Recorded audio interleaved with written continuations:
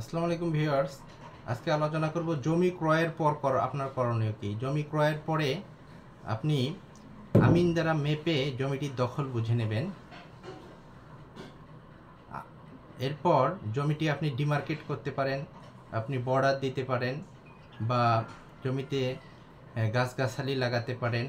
এতে আপনার দখল প্রতিষ্ঠিত হবে। এরপরে আপনি রেজিস্ট্রি অফিস থেকে জমির দলিল সংগ্রহ করবেন। জমির দলিল সংগ্রহে দেরি হলে এক্ষেত্রে আপনি জমির দলিলের নকল উঠাবেন রেজিস্ট্রি অফিস থেকে। এরপরে আপনি সহকারী কমিশনার ভূমি অ্যাসিস্ট্যান্ট অফিস থেকে আপনি নাম জারি করে নেবেন। নাম জারি করলে আবার কোনো সমস্যা হবে না। এক্ষেত্রে জমিটি অসাধু ব্যবসায়ীরা বিক্রি করতে পারবে না নাম জারি করে নিলে। এরপর আপনি ডিসিআর সংগ্রহ করবেন, দাখিলা, খাজনার দেওয়ার যে দাখিলা, এটা সংগ্রহ করবেন এবং প্রতি বছর নিয়মিতভাবে খাজনা দেবেন।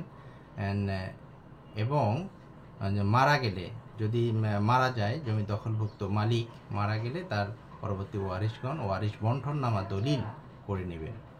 ধন্যবাদ ভিউয়ার্স।